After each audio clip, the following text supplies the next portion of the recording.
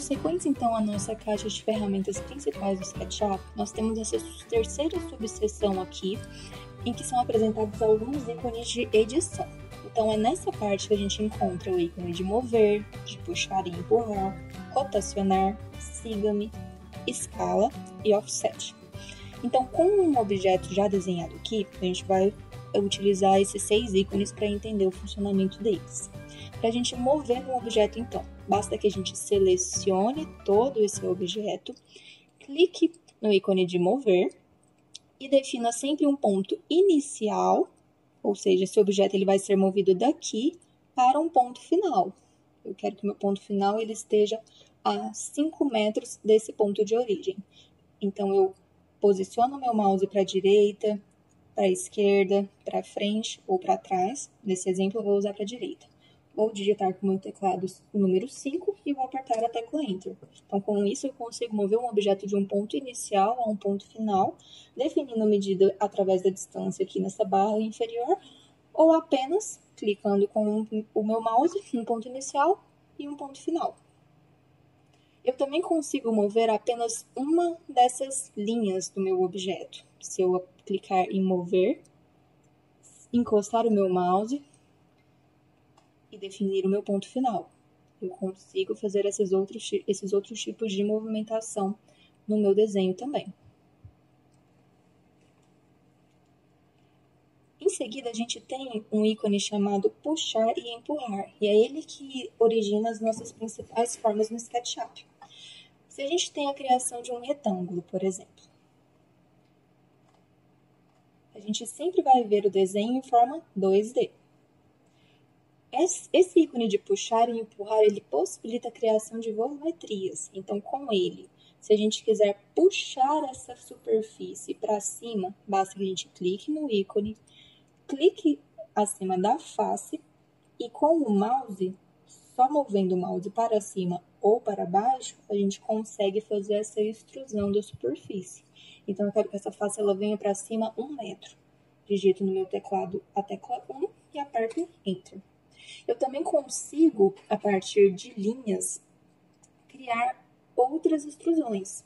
Se eu dividir a minha face aqui em 2 faces, eu consigo usar esse mesmo ícone e perceber que as faces selecionadas agora estão divididas. Então, eu consigo mover na verdade, fazer a extrusão, né, para cá, da mesma forma aqui. Então, eu consigo dividir a minha volumetria em 2 ou mais superfícies, né? E com isso, consigo agenciar uma quantidade de formas maior.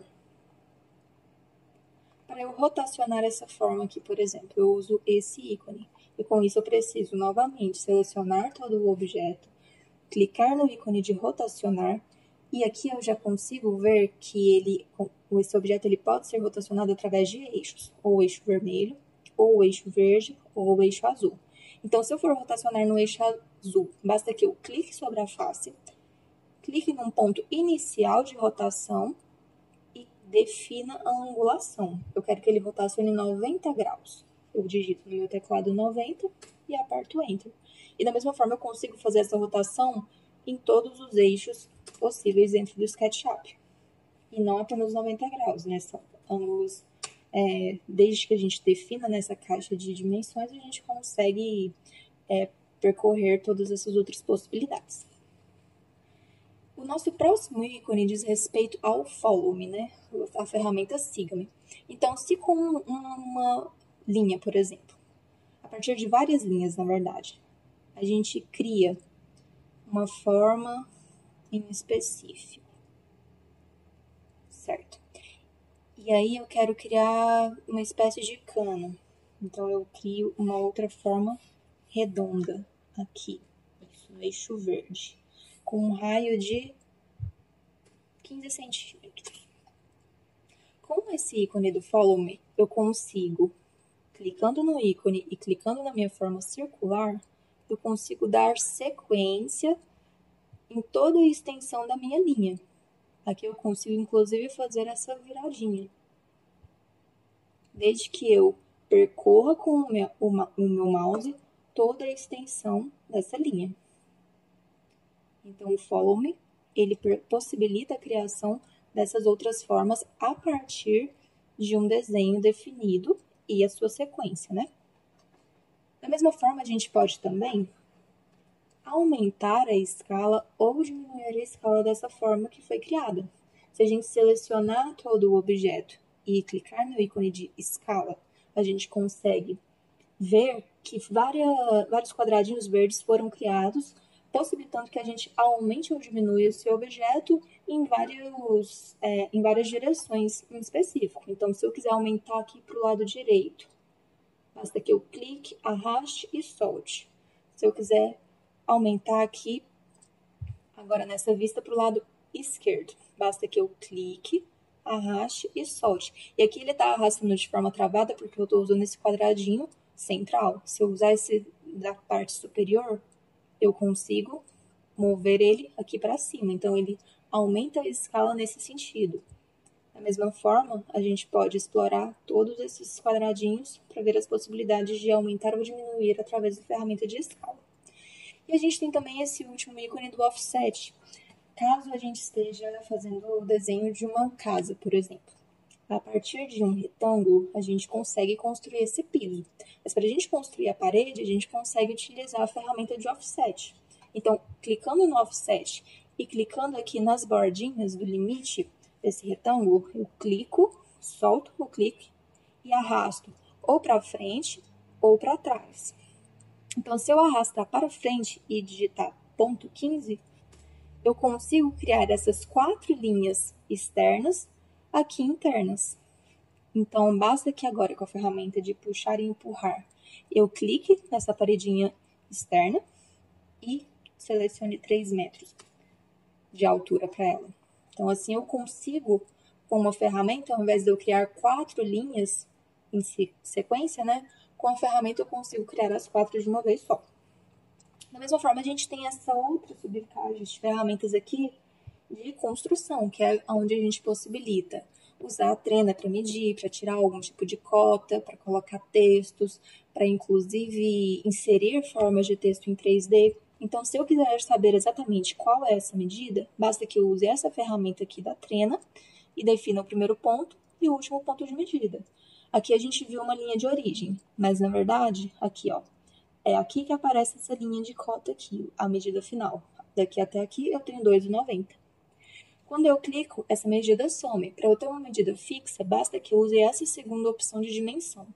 Se eu clicar aqui e clicar no meu último ponto, ele me origina uma cota. A gente também tem o transferidor de ângulos, caso eu precise definir um ângulo de 45 graus aqui. Basta que eu clique no meu ponto de origem e eu quero que daqui até aqui tenha 45 graus. Digito 45 no teclado, aperto Enter e o SketchUp ele cria automaticamente uma linha de angulação para a gente ter de referência no nosso desenho. Se eu quero definir que isso daqui é uma parede, essa parte, basta que eu use essa linha de chamada de texto, clique na minha parede e aqui no caso ele está me dando a metragem quadrada dessa superfície, que também pode ser um tipo de informação que eu posso colocar.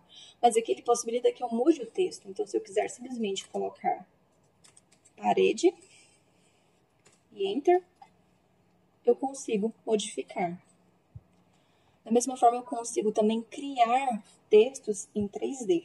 Então, se eu usar essa opção, ele me dá aqui uma caixa de diálogo para eu inserir um texto qualquer. Então, se eu digitar parede, e aqui eu consigo, inclusive, mudar a fonte dessa letra, consigo mudar o tamanho, consigo mudar se ela vai ser em negrito, itálico, regular, né?